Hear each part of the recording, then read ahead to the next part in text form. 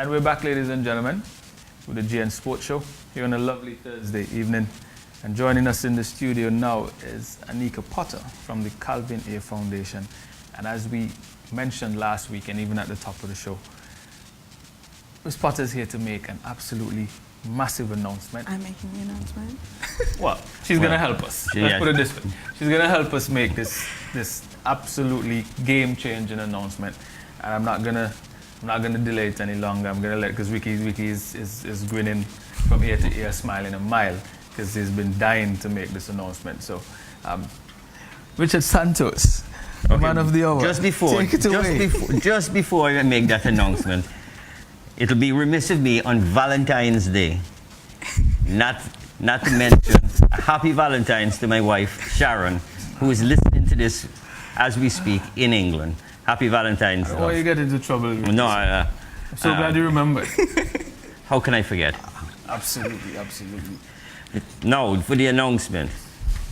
Generation Next Football. We need a drum roll. Generation Next is proud to announce that come September 2019, we'll be setting up and kicking off one of Antigua's much needed advanced academy. Now, this advanced academy is going to be titled the Calvin A GN Advanced Academy. Now, this is the second time that we have sought the assistance of a benefactor in it, and Calvin A Foundation has come on board without hesitation, almost immediately. He was the benefactor of our just concluded in, I think it was November, the combine in November. The University ID Combine, where because of his kind donation, 15 young Antiguans were awarded scholarships to the United States. We have not released the names of those 15 players as yet because they are still going through the process and have to meet the academic qualifications to get admitted into the university. So until that process has been completed, no names will be released. Of course, the benefactor has a list of the names, and all the players know who they are. So that is wonderful. And out of the 15, 7 were females. So we're very, very proud of that. This is a wonderful initiative, and it was actually brought about because of the Calvin A Foundation and the University ID Combine. Because one of the challenges that we have had in this recent initiative of the University Combine was the fact that a lot of the students were not SAT qualified as yet. That was quite a bit of a struggle. So I will just give a basic overview before we go to the beautiful Anika to the left of me here as to what the academy is about. And 2 points I want to really stress is that anyone that's invited into the academy will be expected to return back to their club and play with their club. So it's not to say you're trying to take kids or players away from one club to another. The concept is they go back and play for the club from which they came. The other thing is that this advanced academy is not an automatic selection into the national side. That is a job solely and purposefully with the Antigua and Barbuda Football Association. So not because you're part of this academy that you will be automatically qualified to play for the national side. But of course your chances may be better because you'll be getting some training. You'll be training more often. First of all, the academy will, as I said, will be kicked off in September 2019. And it will be open to all footballers across the scope of Antigua, from all clubs. And the basic outline is to hone in on the technical skills and the abilities, both on and off the field. We are prepared to assist the players with their academic requirements in the form of tutoring for the SATs. So that's all included in the package.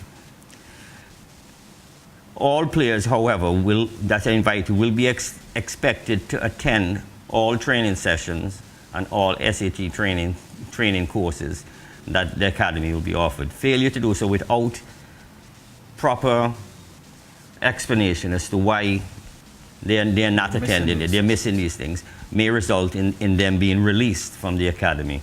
So it's going to be a very stringent policy. All the policies, of course, have not been ironed out in total. And shortly we will be having Mansfield Town Football Club Academy head coach on the air to explain what the process looks like, as they are the ones who will be helping us to structure this whole program. They will be arriving here. The head coach and the manager for the Mansfield Town Academy will be in Antigua in June.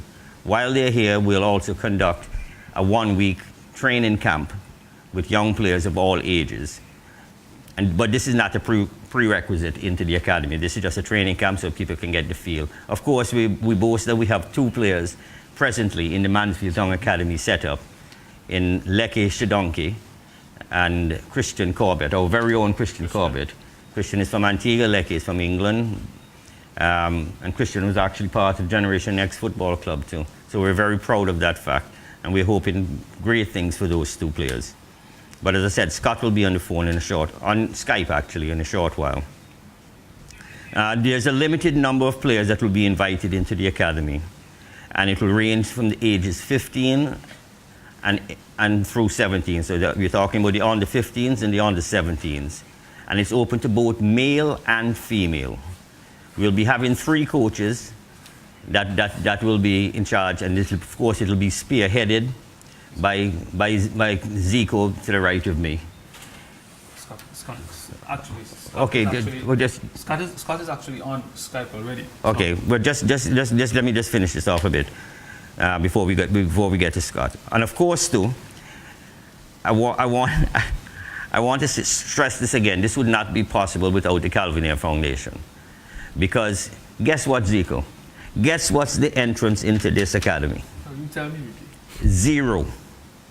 It will cost the players no money to be part of this academy. So hold on. So we have an advanced academy, and we're looking at starting in September. Advanced academy with educational training. With the SAT component. Right. For 40 players. Male and female. At a cost of exactly $0. And this is solely due to the kind assistance of our benefactor, Calvin Ayre Foundation. And with us now, to give us a brief insight as to the foundation. As I said, this is the second time Calvin Ayre has come on as a benefactor. I want to hear about this. I want to hear how this massive opportunity is being presented to upwards of 40 children, 40 players, at a total cost to players and parents of $0. So I really want to hear. And not only that, but they will be outfitted with uniforms too. If I know Ricky very well, that those uniforms have already been designed. I'm going to they have been designed, and I think Shannon has it that we could pull it up on the screen also. Surprise. Why am I not surprised that Ricky already has designed uniforms? Here they are. One is the blue ones are the match day ones, and the green ones are the training ones. So they'll be outfitted, of course. There'll be a pair of socks for each uniform. So what am I, a bologna sandwich? No, the coaches have a separate uniform, but we're not putting the coaches on TV. Why not? No. The coaches are, even though you're a major part of the operation for training, well, we don't have to show you off on TV. We show off the youngsters. All right, Ricky. All right. Remember, you're past your prime, huh? Anyway, we have in the studio with us the lovely Anika Potter. Anika, welcome to the GN Sports Show. Thank you for having me. And if you can give us a little brief insight as to the Calvin Ayre Foundation, as to what kind of role they play in terms of assisting. I know they've assisted in this case, yes. And I've done some research, and they've done some other assistance with the other programs. You can give us just a broad outline. Sure. So the Calvin Ayre Foundation was started over 10 years ago by Mr. Calvin Ayre. It's an extension of his charitable work, so he's just turned it into a foundation. He is of the mind that when you come from, or if you've been fortunate enough to be extremely successful in life as he has, it is your obligation to give back to those that are less fortunate. And when it comes to Antigua, his adopted home that he loves so much, he tries different ways to help in doing something like this, where he's able to help the youth of Antigua be able to succeed in ways that they may not otherwise be able to. He's extremely happy to do so. When it comes to other things that we've done, we've operated we tend to operate in places that we have businesses. We've done things with in the Philippines. We've helped with Haiti during that the hurricane or tsunami that hit. We helped the tsunami that hit in the South Pacific. We've helped in Haiti. In Antigua, we've done a lot within the last few years. We have partnered with the Friends of the Care Project, and we do different things with them with creating awareness when it comes to children that are living with disabilities. We've also donated a hyperbaric chamber to the hospital to help with divers and fishermen that suffer from bends, as well as hoping that it will be able to be utilized for other treatments and other ailments outside of bends. So we've been doing a lot. Yeah, it sounds a lot. And I know, for instance, he has changed the lives of 15 young Antiguans through the initiative with the University ID Combine, and I'm sure all of those 15 youngsters are very grateful for his assistance, because, as I said, without that, it would not have been possible. And I know I was a little tentative, because I don't normally like to target the same benefactor or sponsor twice in a row. But I said I had to make this a reality. So I sent it out wide and broad. And I got this WhatsApp when I was coming back from training, actually, one day at about 6 o'clock. Yeah. Last Tuesday. No, last Tuesday. Anyway, when I got it, it was at 6 o'clock. As soon as I pulled up, and I just could not believe the news. And I called Anik right away to express my gratitude of even more lives that they will be changing. So it has been a wonderful experience working with you guys, to be honest. And we are very grateful on behalf of the youngsters that are going to benefit from this program. Yeah, we're happy to be a part of it. I mean, we do try. The future is the youth, and if we can do anything that will help propel them to be the best selves of, best versions of themselves, we're going to take part. So we were very happy with the outcome of the Combine last year. I myself was quite shocked when I got the news from you, and I couldn't believe it. I was like, wow, because I know that you were hoping that it would be 10, and then it was like 15. I was like, what? So we're hoping that there's even more success with this Advanced Academy. I know growing up in the States, I know how difficult it is. With my cousins going to school, all of them have played football. Football is a very big thing in my family. So I know how the difficulty that it was with them getting prepared for SATs and this, that, and the third. So I think that this is definitely needed, and I think that, the players will definitely benefit. And I do want to congratulate the girls on their win. I'm very happy to hear that. So. Well, we invite you to come and watch their match at the AstroTurf on Factory Road over the Sydney Walling Highway on Saturday. Okay. It'll be about 10:30, I think their game is. So if you could come up and cheer them on, that'll be wonderful. I will definitely try to make it. Okay. And on Skype, we have with us Scott Rickards from Mansfield United. Scott, are you there? Hiya. Hello, Ricky. Hi, Scott. First of all, welcome to the GN Sports Show. And I know it's past midnight over there, so we do appreciate you coming on board to do this interview with us. No problem. And so a pound of gratitude is extended. Now, okay.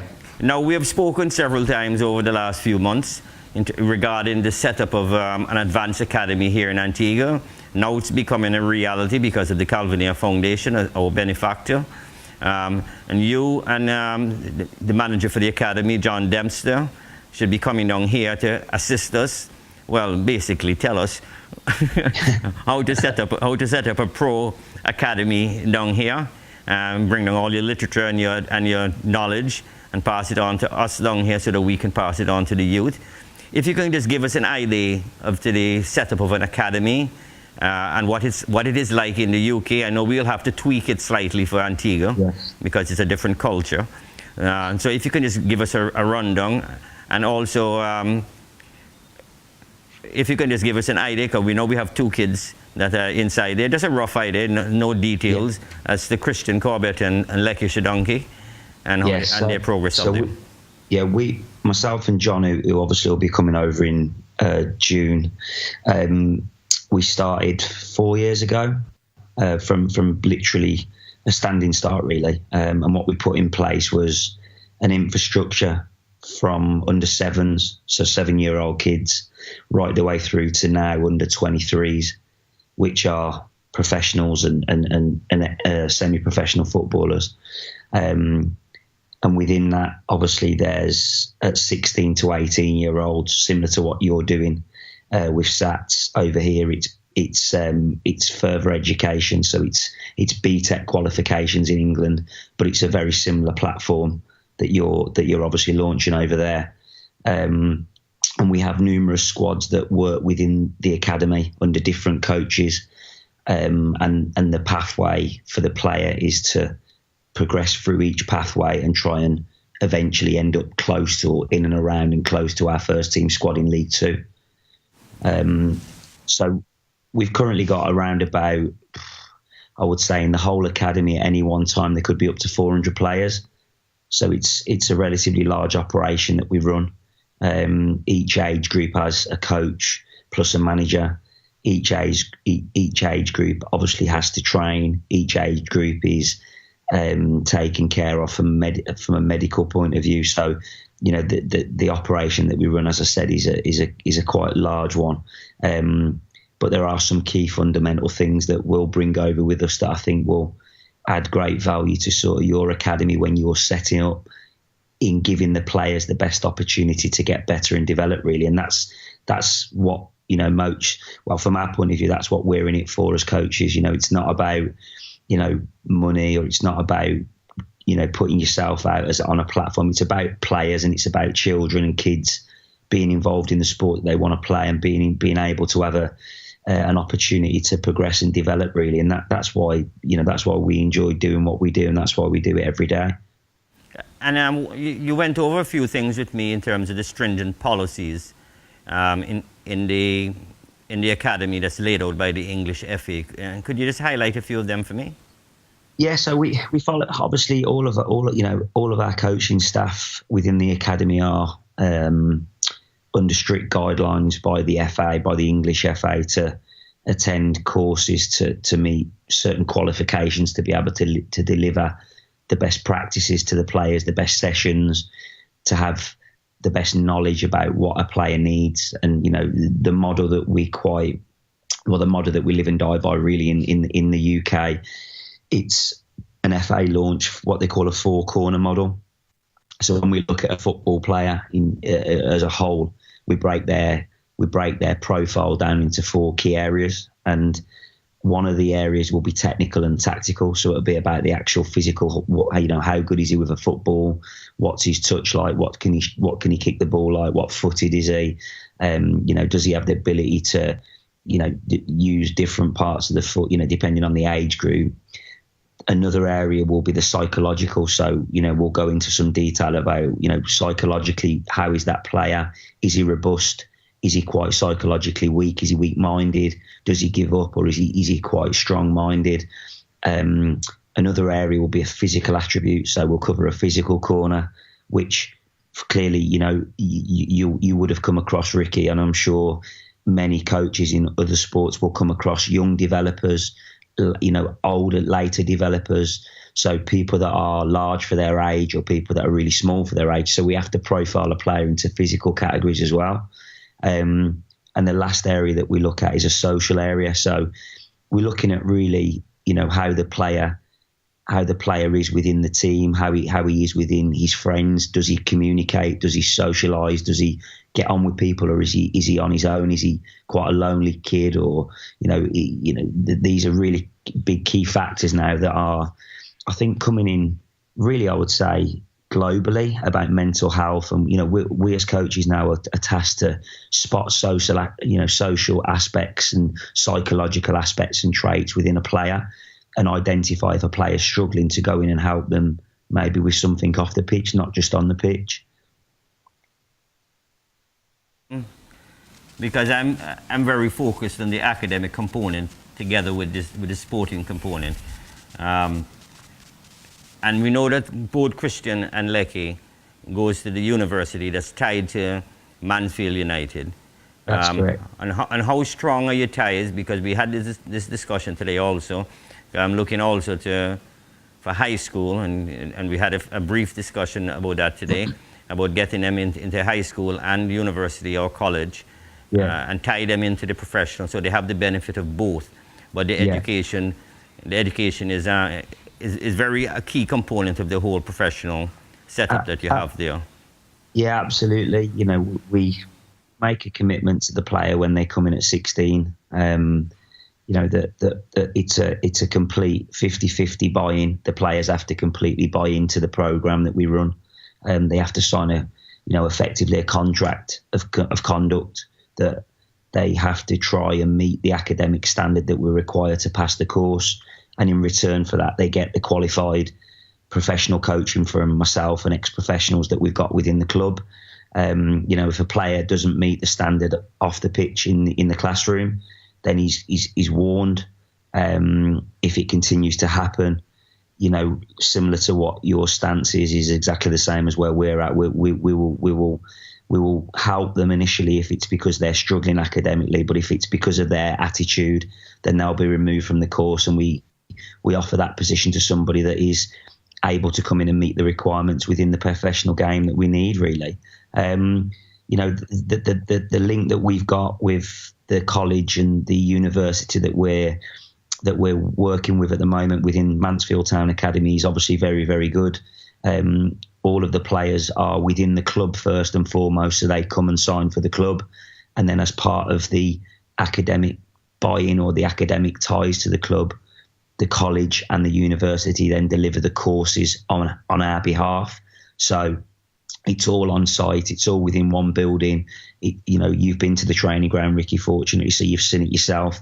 It's a fantastic facility that we've got. The players can go from the lunch area, the canteen area, to a classroom, to the changing room, to a gym, to a indoor facility, all within 2 minutes, because it's literally, you walk to each component. So it is, the boys want for nothing really in terms of having access to the right stuff to get better. You have any questions, Zico? That's excellent news. Well, first of all, Zico here. I'm Ricky's co-host. I'm actually looking forward to you guys coming in June, because it's important for us to jumpstart this whole... If I could just cut you a second, Zico is going to be spearheading. Zico is the head of coaching in Generation Next, and he's going to be spearheading this. So okay. Zico is the C licensed coach. Okay. Sorry. So actually, my excitement is pretty much fast forward to June, because I really want you guys on site, because I can't wait actually to get into more details in terms of what the program is going to entail as far as the footballing aspect goes. So I'm super excited. I wish I could go to sleep now and wake up and it's June, but I guess I'll have to wait a little bit. What I wanted to get your feedback on is the two players that Ricky represents as far as Generation Next goes, that are with you guys at Mansfield Town, Leke and Christian. Could you give us an update on how they're doing, what their progress is? I mean, yeah. Generally, I'm getting the impression from Ricky, of course, that Leke is scoring a lot of goals. But I want to hear it. I want to get your honest feedback. He's a goal scoring machine. On his performances so far. Lecky's becoming slowly a bit of a character within the academy for his natural goal instincts. Played in a game on Wednesday, so 2 days ago. I think it was a semi-final or quarter-final of a cup, and they managed to win 4-0, and Lecky scored all four. Fortunately for Lecky, he managed to speak to one of the coaches, and he said he was that confident that he was going to score in the game. He asked the coach to put a £5 reward up for every goal he scored, so he ended up earning himself a few quid, to be fair, so he's quite happy with that.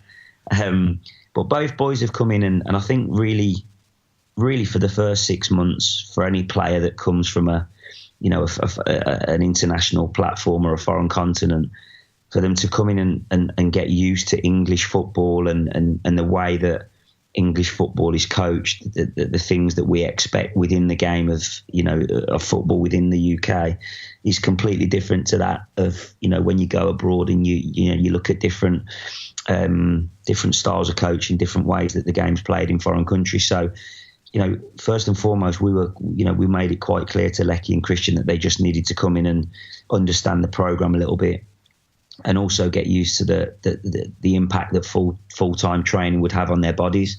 Because going from training part-time or going from training just a couple of nights or a couple of days a week to going in 4 or 5 times a week with a game is quite a big impact on the bodies. So making sure that they wasn't injured or going to sustain injury through overtraining was really important. Lecky is now playing within the English tiers of non-league, which is really, really good. I think pretty soon he will show enough. He'll show enough potential that he's well worth a look at some of a higher level within the non-league pyramid that we run in the UK.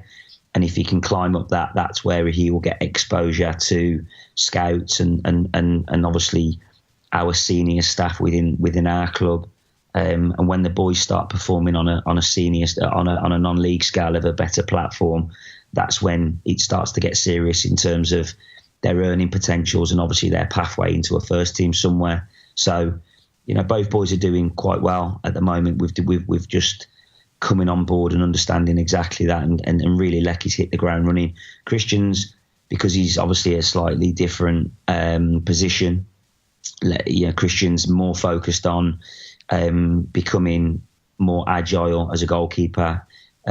Fitter. I think that the English game has caught Christian by slight surprise, because I think he's come and looked at the physical attributes of what the keepers are in the UK, and they're very, very, very athletic, very agile, very muscular.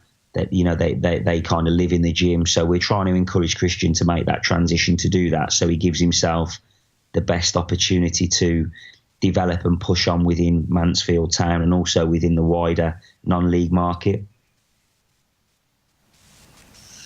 Okay, well, Scott, now you can go and get some good rest time and bedtime. Thank you. And thanks a lot for staying up so late to do this interview here with us in the GN Sports Show.